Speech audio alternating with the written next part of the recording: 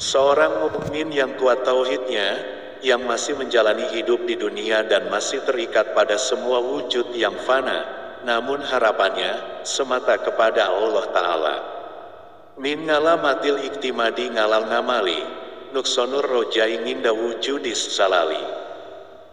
Di antara tanda-tanda orang yang senantiasa bersandar kepada amal-amalnya, adalah kurangnya ar-roja, yaitu rasa harap kepada rahmat Allah di sisi alam yang fana. Jangan lupa subscribe, like, dan bagikan Ruh Ilahi channel. Subscribe.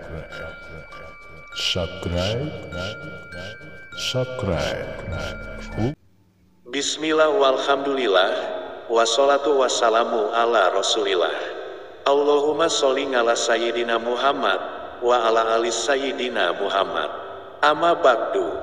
Sobat Ruh Ilahi yang dirahmati Allah Subhanahu wa Ta'ala, hari ini sedikit saya sampaikan sebuah pesan, dua kata yang sungguh agung dalam hikmahnya, yaitu wujudis zalal dan ar-rojak. Mari kita mencoba untuk mengurai pengertian dari ar-rojak ini, yaitu satu istilah khusus dalam terminologi agama yang bermakna pengharapan itu hanya kepada Allah Ta'ala.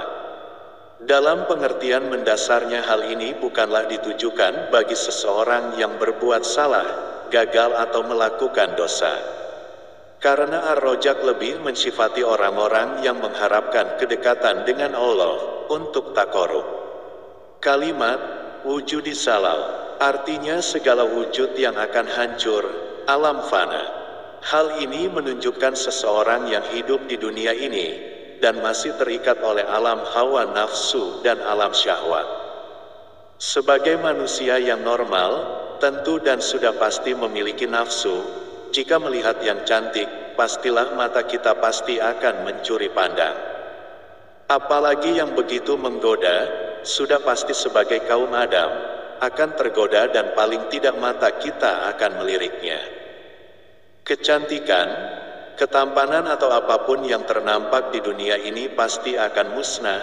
Nah, itu semua adalah wujud al-salal, wujud yang akan musnah.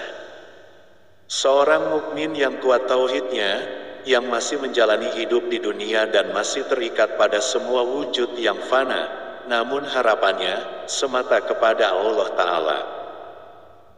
Sobat Ruh Ilahi, ingatlah jika kita berharap akan rahmat-Nya, maka kita tidak akan menggantungkan harapan itu kepada amal-amal kita, baik itu besar ataupun kecil. Dan hal yang paling mahal dalam suluk adalah hati, yaitu apa yang dicarinya dalam hidup. Dunia ini akan menguji sejauh mana kualitas rojak atau harap kita kepada Allah Ta'ala. Rasulullah Shallallahu Alaihi Wasallam bersabda, tidaklah seseorang masuk surga dengan amalnya. Lalu seorang sahabat bertanya, sekalipun engkau wahai Rasulullah? Beliau bersabda, sekalipun saya, hanya saja Allah telah memberikan rahmat kepadaku. Hadits riwayat Bukhari dan Muslim. Setiap orang yang melakukan amal ibadah itu pasti mempunyai pengharapan kepada Allah, meminta kepada Allah supaya berhasil dan diijabah oleh Allah semua pengharapannya. Boleh, hal itu diperbolehkan karena kita masih berharap kepada Allah, Sang Pemberi karomah. Akan tetapi, ingatlah sobat, jangan sampai ketika kita beramal itu bergantung pada amalnya, karena hakikat yang menggerakkan amal ibadah itu Allah. Sehingga apabila terjadi kesalahan dan harapan atas amal kita yang belum tertunaikan atau terkabulkan, seperti kita terlanjur melakukan maksiat ataupun meninggalkan ibadah rutin kita seperti sholat, puasa Ramadan atau yang lainnya, kita jadi merasa putus asa dan berkurang pengharapan kita kepada Allah. Sehingga apabila berkurang pengharapan kepada rahmat Allah, maka amalnya pun akan berkurang, dan akhirnya malah berhenti beramal. Nah, hal inilah yang seharusnya kita hindarkan.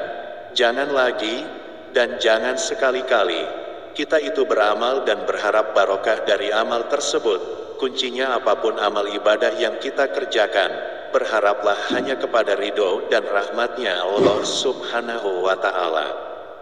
Sebenarnya jika kita sadar betul, dalam beramal itu, semua sebenarnya atas kehendak dan dijalankan oleh Allah. Namun kadang, bisikan setan yang selalu membawa hati kita kepada kebimbangan. Sebenarnya, diri kita ini hanya sebagai media, berlakunya kudrat Allah. Seperti contohnya kalimat, La ilaha illallah, tidak ada Tuhan selain Allah. Yang berarti, tidak ada tempat bersandar, berlindung, berharap kecuali kepada Allah. Tidak ada yang menghidupkan dan mematikan, tidak ada yang memberi dan menolak melainkan Allah. Pada dasarnya syariat, menyuruh kita berusaha dan beramal. Sedang hakikat dari syariat, melarang kita menyandarkan diri kepada amal dan usaha itu. Hal ini, supaya kita tetap bersandar pada karunia dan rahmat Allah Subhanahu wa Ta'ala. Apabila kita dilarang menyekutukan Allah dengan berhala, batu, kayu, pohon, kuburan, binatang dan manusia, maka janganlah menyekutukan Allah dengan kekuatan diri sendiri.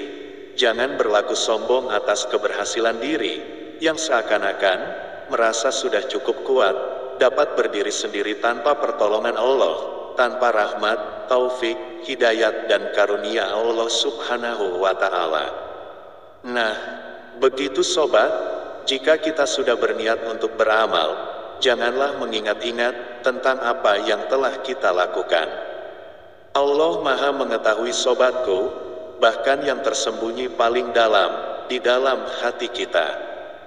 Biarkanlah, hanya Allah yang mengetahui, jika perlu, hati dan otak kita, jangan sampai tahu. Demikian sobat, sedikit syiar yang saya sampaikan, semoga semakin menggugah rasa peduli kita terhadap sesama, utamanya, bagi tetangga terdekat kita terlebih dahulu, yang masih membutuhkan pertolongan. Wabillahi taufik wal hidayah. Wassalamualaikum warahmatullahi wabarakatuh.